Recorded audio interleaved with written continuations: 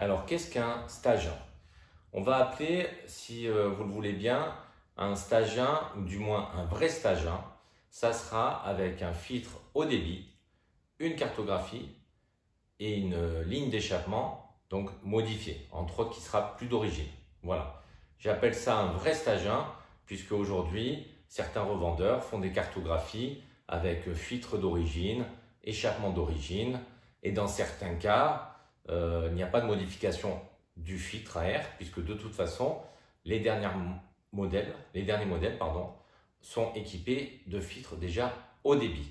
Donc voilà, un stage 1, aujourd'hui du moins un vrai stage 1, c'est un filtre haut débit, une nouvelle cartographie et une ligne d'échappement changée.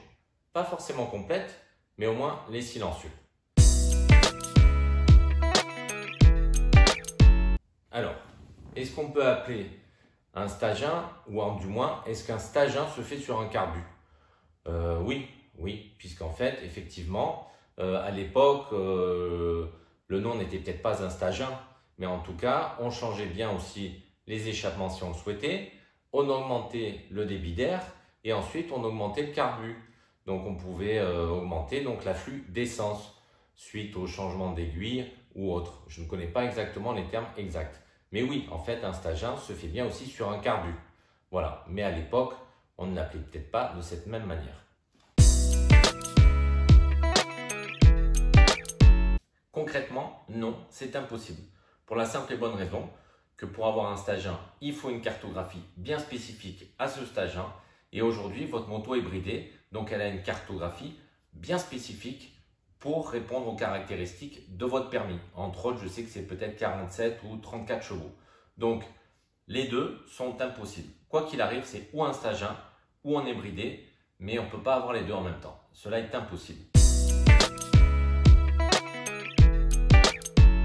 Oui, on peut. Dans la plupart du temps, les sporteurs, par exemple, ont une bride à l'air. Donc, entre guillemets, quoi qu'il arrive, quelle que soit la boîte d'origine ou le filtre que vous mettez, vous aurez un réducteur à l'air. Donc, la cartographie, elle, sera, ou en tout cas répondra à un flux d'air dans le moteur qui est prédéfini.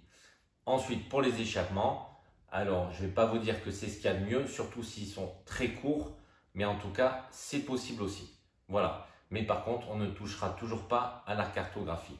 Dans certains cas, par exemple pour des modèles plus gros, il n'y aura pas de réducteur à l'air, mais ça sera simplement une cartographie aussi qui répondra donc aux caractéristiques de votre permis.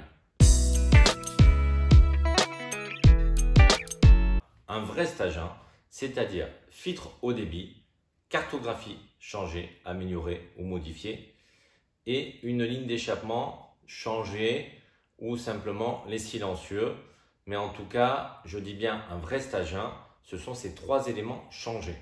Ensuite, peut-on avoir une moto en stage 1 bridée? Non, c'est impossible, mais on peut conserver certains éléments. Alors attention, certaines concessions pourront accepter de vous la brider telle qu'elle, c'est-à-dire avec déjà un filtre haut débit, ligne d'échappement changée. Certaines concessions, elles ne font pas toutes les mêmes choses, en tout cas du moins, refuseront et vous demanderont de faire le bridage sur une moto complètement stock. Voilà, donc ça après là-dessus, elles n'ont pas forcément les mêmes politiques.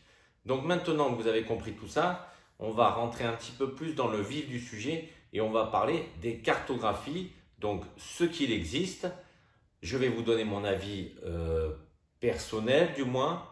Je vais vous donner du moins ce que j'en ai compris.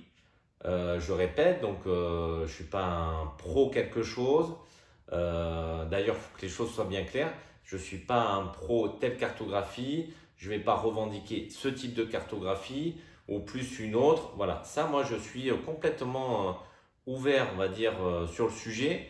Je vais vous parler donc juste de mon expérience, de ce que j'en pense. Et puis, c'est toujours pareil. Je vais essayer de vous donner pas mal d'infos pour que vous-même, vous fassiez votre choix. Donc là, on va parler de ce qu'on trouve, entre guillemets, sur le marché concernant les cartographies. Avant de parler justement de ces fameuses cartographies, je voulais profiter de ce moment pour remercier donc PNP, puisque dans tous les cas, on va en plus parler d'eux, pour les remercier donc de nous avoir bien envoyé les 3 casquettes suite au petit clin d'œil qu'on leur avait fait dans la vidéo précédente concernant le stage 1.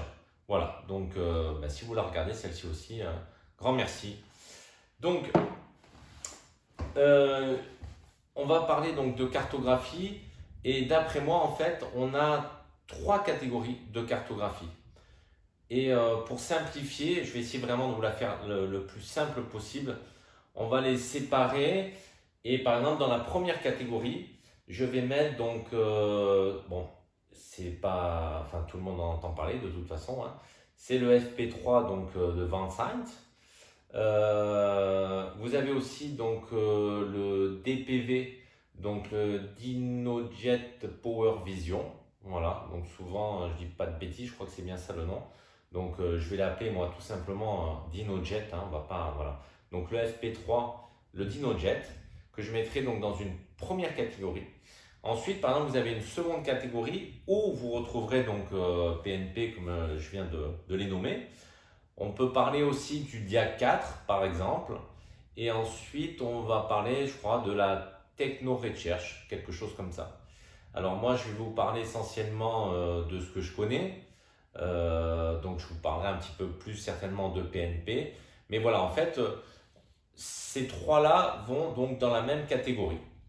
Et ensuite, on aura une troisième catégorie qui va être un petit peu plus poussée, où en fait le sujet va être assez simple parce que pour moi, dans cette catégorie-là, vraiment, ça s'adresse qu'à vraiment des mecs qui veulent toucher, mais vraiment bien toucher leur bécane et qui auront peut-être plus sur un stage 2, stage 3, stage 4, qui seront soucieux du réglage. Voilà. Et là-dedans, on retrouvera aussi, je dis pas de bêtises, le DPV, le FP3 et le Thundermax. Voilà. Aujourd'hui, en fait, pour moi, vous avez 3 catégories sur le marché et plusieurs catégories de cartographie sur ce même marché. Voilà. Donc, ça sera à vous de faire votre propre choix. Moi, je vais essayer simplement, en fait, de vous résumer l'avantage de la 1, l'avantage de la 2 et l'avantage de la 3, mais le plus simplement possible. Voilà, pour que vous ayez les éléments, les bases, afin que vous fassiez votre choix. Votre choix, entre guillemets, de votre usage et puis peut-être aussi de votre portefeuille. Voilà. Donc allez, maintenant on regarde les catégories, une par une, et j'espère que je vais pouvoir vous aider. On trouvera donc le DPV, donc le DynoJet Power Vision, souvent appelé le DynoJet, et le FP3. Voilà, donc première catégorie, DynoJet FP3. Si de mon avis personnel, je devais vous en conseiller un, alors je vous conseillerais peut-être moi perso le FP3 parce que entre guillemets, je le trouve intéressant. Par le fait qu'en fait vous pouvez connecter votre téléphone donc au FP3. Donc c'est-à-dire que vous aurez un écran avec plein de détails pour mettre à jour votre bécane. À la différence du DPV, qu'en fait il faudra acheter ou un LCD, un écran LCD supplémentaire, donc ce qui revient à un coût supplémentaire, et ou sinon donc le raccorder à un ordinateur. L'avantage par contre du DPV, je trouve que étant donné qu'il était très perfectionné dès le départ et il y a déjà un paquet d'années, vous avez un forum, donc c'est Vitwin, quelque chose comme ça, où apparemment donc vous aurez vraiment une assistance, des gars qui seront super calés et donc qui pourront vraiment vous aider. Donc j'ai envie de vous dire, les deux se valent. À la différence qu'effectivement le DPV, il y a beaucoup plus de monde qui l'utilise. Mais le principe de ces deux-là, aujourd'hui, en tout cas aujourd'hui, c'est qu'ils ont donc des cartographies qui sont déjà préfaites. Voilà, donc vous prenez un FP3 par exemple, vous allez indiquer donc l'élément filtrant que vous avez, la plupart du temps donc ça sera du haut débit. Et ensuite, il va vous demander quelle ligne d'échappement. Voilà. Et à ce moment-là, ça va vous insérer une cartographie systématiquement qui sera déjà prête pour votre moto. Donc pareil pour le DPV, c'est le même principe. Donc ça a l'avantage que vous le faites vous-même. L'autre avantage, c'est que vous pouvez modifier après vous-même des paramètres X, baisser le ralenti, l'augmenter. Je sais que vous avez l'option, par exemple, sur la FP3, de faire pétarader la moto un peu plus. Vous êtes quand même, du coup, directement les maîtres de votre moto. Voilà. Demain, vous changez d'accessoire, vous pouvez modifier l'échappement. L'un comme l'autre, apparemment une très bonne assistance aux États-Unis. Hein, donc, vous envoyez un mail si vous avez un problème. Souvent, apparemment, ils sont assez réactifs. Donc voilà, en fait, l'idée, c'est que ça va s'adresser à quelqu'un qui a envie quand même de connaître sa moto, que de simplement avoir une cartographie qu'on a injectée. Alors ça a plusieurs avantages, c'est-à-dire que demain, pour X raisons, vous voulez devenir stock, c'est-à-dire d'origine, bon, ben, en un clic, vous êtes stock. C'est un autre avantage aussi, c'est que vous pouvez faire ce qu'on appelle donc de l'autotune. Alors de l'autotune, on va en parler. C'est un petit peu le même principe, si je puis dire, de faire une cartographie sur un banc. La différence quand même, c'est que du coup, vous allez vraiment faire une cartographie avec vos conditions, on va dire climatiques, atmosphériques, de votre région, votre utilisation perso, c'est-à-dire que elle sera en conditions réelles. Voilà, ça c'est l'avantage de l'autotune, contrairement à un banc, je trouve personnellement. Le seul inconvénient, c'est qu'il faut trouver le temps de le faire, les bonnes conditions pour le faire. Voilà. Mais si moi-même je devais choisir par exemple une carto, peut-être travailler sur un autotune ou une carto sur un banc d'essai, pardon, je préférais quand même un autotune. Voilà, maintenant il faut trouver le temps de le faire. Mais voilà, en fait, on va dire la première catégorie, elle va quand même s'adresser à quelqu'un qui a envie de toucher, de connaître sa bécane et qui du coup pourra modifier donc des paramètres de celle-ci, pourra redevenir stock. J'insiste aussi là-dessus, on ne sait jamais. Voilà, il faut juste savoir que par contre, les boîtiers sont affiliés à la moto. C'est-à-dire qu'au moment où vous en faites l'achat et vous l'affiliez à la moto, vous perdez votre boîtier. Voilà. Donc, si on résume, vous avez des cartographies qui sont déjà préenregistrées. Vous pouvez les modifier vous-même. Vous pouvez faire de l'autotune. Et ensuite, vous pouvez à tout moment redevenir stock. Et bien sûr, l'achat, entre guillemets, donc, est perdu puisqu'il est affilié à la moto. Voilà, la première catégorie, c'est celle-ci. On va parler donc de PNP, on va parler de Techno Recherche, on va parler du Diag 4.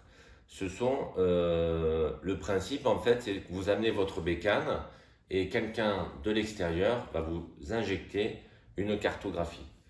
Une cartographie qui sera donc pour certains travaillée au banc sur d'autres modèles, mais avec, on va dire, des facteurs plus ou moins identiques, modèle de la moto, échappement, voilà. Donc en fait, on va injecter une cartographie afin que votre moto fonctionne mieux, et un meilleur rendement, chauffe moins. Il faut bien comprendre que les Harley, entre autres, sont très pauvres pour répondre à des normes anti-pollution, pardon. Et donc du coup, on va mettre une cartographie selon les éléments donnés et ensuite vous partez rouler. Voilà. Donc c'est quelque chose d'assez simple. C'est pas pour moi, c'est pas du sur-mesure. C'est le même principe que par exemple le FP3 ou le DynoJet. On va insérer une carto qui correspondra aux éléments de votre bécane, mais qui ne restera pas du sur-mesure, puisque, à mon sens, le sur-mesure reste ou une carto travaillée au banc, ou une carto travaillée en autotune. Voilà. Donc en fait, ça a l'avantage que vous venez, vous posez votre bécane, et ensuite vous repartez avec une moto qui aura été modifiée, et donc certainement donc avec un rapport air-essence, on va dire plus juste, et qui du coup va libérer le moteur et faire du bien à votre bécane. Voilà. Mais en fait, je vais vous dire que elle va s'adresser, je pense, à quelqu'un qui n'a pas envie de s'emmerder, tout simplement, et que d'ailleurs je peux très très bien comprendre, et à qui on va amener sa moto pour qu'elle fonctionne bien, tout simplement. Il faut juste savoir l'inconvénient, enfin l'inconvénient si je puis dire, c'est que si demain, pour X raison, vous deviez la remettre stock, c'est pareil, ça sera une seconde opération. Donc il faudra reprendre rendez-vous pour remettre votre moto stock. Voilà. Mais on ne peut pas parler de cartographie aux petits oignons et on ne peut pas dire que ce soit le système le plus pratique. Dans le sens où, comme je vous disais, si demain, je dis des bêtises, hein, vous auriez un contrôle de gendarmerie ou X raison, vous devriez remettre la moto intégralement d'origine, et bien il faudra reprendre rendez-vous chez la personne qui vous aura fait votre cartographie. Voilà. Donc en fait, dans la troisième catégorie, vous retrouverez les mêmes que je vous ai cités dans la première catégorie, c'est-à-dire le DPV et le FP3. Et là-dessus, on pourra ajouter donc ce qu'on appelle le Thunder Max. Il faut savoir que donc en fait, pour le FP3 et le DPV, c'est exactement le même procédé, le même boîtier. Et pour le Thunder Max, lui, c'est encore complètement différent, mais en fait, le principe, c'est qu'ils vont travailler avec ce qu'on appelle des bandes larges. Donc, vous savez, des sondes lambda que vous trouvez sur vos collecteurs. Leur but de ces fameuses sondes, en fait, c'est de mesurer ce qu'on appelle l'AFR, donc le rapport air-essence. Et ça va constamment, en fait, une moto va constamment travailler grâce à ces fameuses sondes lambda. Donc, ce qu'on appelle, alors, je pense que du coup, ça s'appelle à bande fine, puisque l'autre s'appelle à bande large. Et en fait, elles vont travailler essentiellement quand vous faites de l'autotune, et puis ensuite, systématiquement, pour faire des petits réglages pendant vos roulages standards, on va dire. Et donc, l'avantage de cette catégorie, c'est-à-dire qu'elle va travailler l'autotune constamment en bande large. Et donc, ça va être beaucoup plus précis que vos bandes d'origine, voilà, que vos sondes lambda. Alors, si on devait parler des avantages et les inconvénients, ce sont exactement les mêmes, en tout cas pour la catégorie 1 comme la catégorie 3. Elles travaillent de la même manière, mais elles ont ces fameuses bandes larges. Le Thunder Max, lui, il va carrément shunter votre CM. Je crois même qu'on va carrément vous le virer de la bécane. Et c'est le Thunder Max qui va être en fait votre calculateur. C'est lui qui va tout calculer. Vous allez être en autotune constamment. Donc vous aurez une moto qui est complètement réglée aux petits oignons. Mais forcément, ça a un coût. Le Thunder Max, lui, je crois qu'il est entre 900 et 1200 euros. Et pour le FP3 ou le DPV, c'est le même coût que donc sur la catégorie 1, c'est-à-dire que vous allez payer le boîtier ou avec un écran LCD pour le DPV ou avec votre téléphone, mais vous allez ajouter ces fameuses bandes larges. Et je crois que le coût est à peu près de, je ne veux pas dire de bêtises, 300 ou 400 euros. Donc ça veut dire que le DPV et le FP3, on est sur on doit être dans les ordres de 700 euros. Donc c'est moins cher que le Thunder Max, mais ça reste une opération quand même assez élevée. Et donc dans ce cas précis, c'est pareil. Pour le DPV et le FP3, vous perdrez donc le coût du boîtier. Vous pourrez récupérer vos bandes larges pour le mettre systématiquement sur vos prochaines motos. Le Thunder Max, lui, vous pouvez le récupérer entièrement par contre et le mettre sur une prochaine moto. Donc en fait, quoi qu'il arrive, déjà, vous savez que vous perdez le coût du boîtier pour ce système-là. Voilà, mais vous conservez donc les bandes larges. Et donc, ce qui va vraiment être flagrant, ça va être le fait d'avoir juste ces bandes différentes entre la catégorie 1 et la catégorie 3. Mais donc du coup, vous allez vraiment travailler encore beaucoup plus l'AFR vous aurez de meilleurs résultats. Voilà, mais ça, ça a un coût, hein. Si on devait résumer les 3 catégories, je pense qu'en fait, on s'adresse presque à 3 types de personnes en fait différentes. Je pense en catégorie 1, vous trouverez quelqu'un qui a envie de connaître sa moto, pas plus que ça non plus, malgré qu'on peut vraiment aller très très loin sur le sujet, hein, d'ailleurs, hein. Vous pouvez faire donc bien sûr du stage 1, du stage 2, du stage 3, 4, on peut très très bien travailler là-dessus. Mais je trouve que quand même ça s'adresse à quelqu'un qui, voilà, qui a envie de bricoler un peu sa moto. La catégorie 2, elle va s'adresser à quelqu'un qui n'a pas envie de se faire chier tout simplement, qui n'a pas le temps, qui a peut-être pas envie de passer du temps surtout dessus, qui a envie d'avoir quelque chose qui tourne, qui fonctionne, et c'est l'essentiel.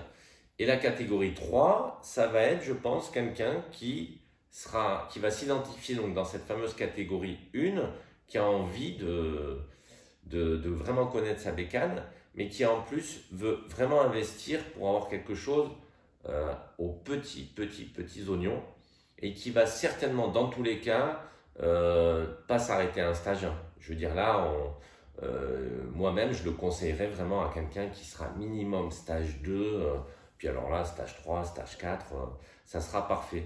Donc on a quand même, je trouve, 3 profils différents.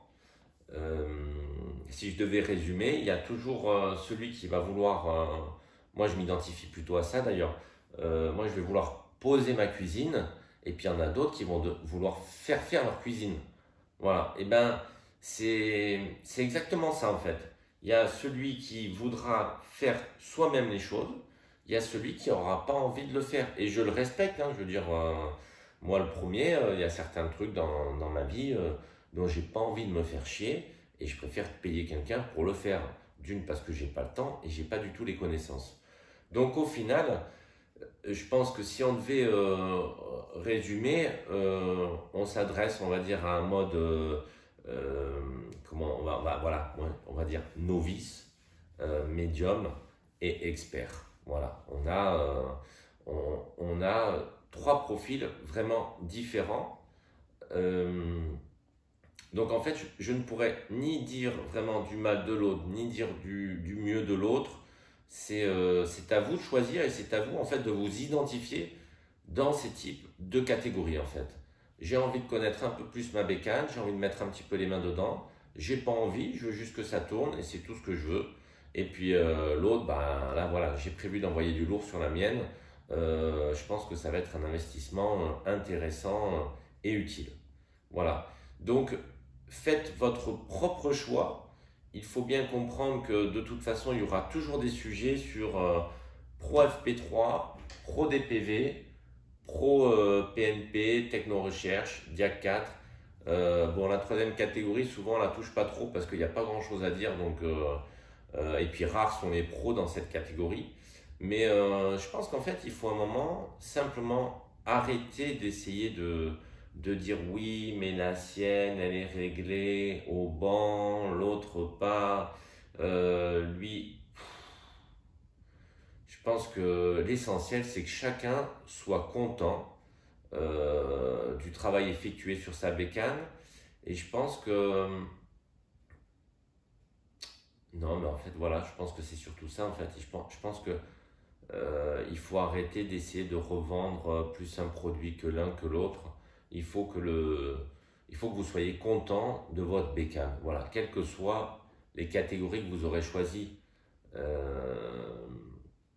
c'est complètement aléatoire en fait. Donc, faites ce que vous ressentez, et j'espère qu'en tout cas, voilà, vous vous êtes identifié dans ces fameuses catégories, et que maintenant, le choix, il sera plus un DPV, un FP3, un PNP, un Diac 4, un Thunder Max, un DPV, voilà. Mais faites votre choix, et n'écoutez pas forcément les autres. L'essentiel, c'est que vous soyez content de votre bécane. Voilà, c'est tout simple. Voilà, c'est tout con, avec certains avantages et certains inconvénients. J'espère vous avoir aidé dans votre choix Donc, n'hésitez pas toujours à faire une demande sur notre groupe Facebook. N'hésitez pas à vous abonner, n'hésitez pas à liker, n'hésitez pas à partager. Le principe, c'est toujours le même en fait, c'est de pouvoir vous aider. C'est pas pour moi que je fais ces fameuses vidéos, mais c'est surtout pour les autres afin de pouvoir les aider, de les conseiller ou même à faire à faire leur propre choix. Voilà. Donc n'hésitez pas voilà, à partager, liker, vous abonner, venir sur notre groupe Facebook. C'est la bonne entente, c'est la bonne humeur et il y a de très très bons conseils. Donc je profite d'ailleurs pour remercier tous ceux qui ont une connaissance technique qui est très très très très très élevée et qui font vivre ce groupe. Euh, Parce que moi, à ma petite échelle, moi je suis juste un bricolo tuto. Voilà. Bon, en tout cas, n'hésitez pas en commentaire même à marquer si vous aviez des petits sujets ou en tout cas si vous voudriez avoir mon avis sur quelques trucs. Et puis voilà quoi. Allez, good ride, ciao ciao et puis à bientôt.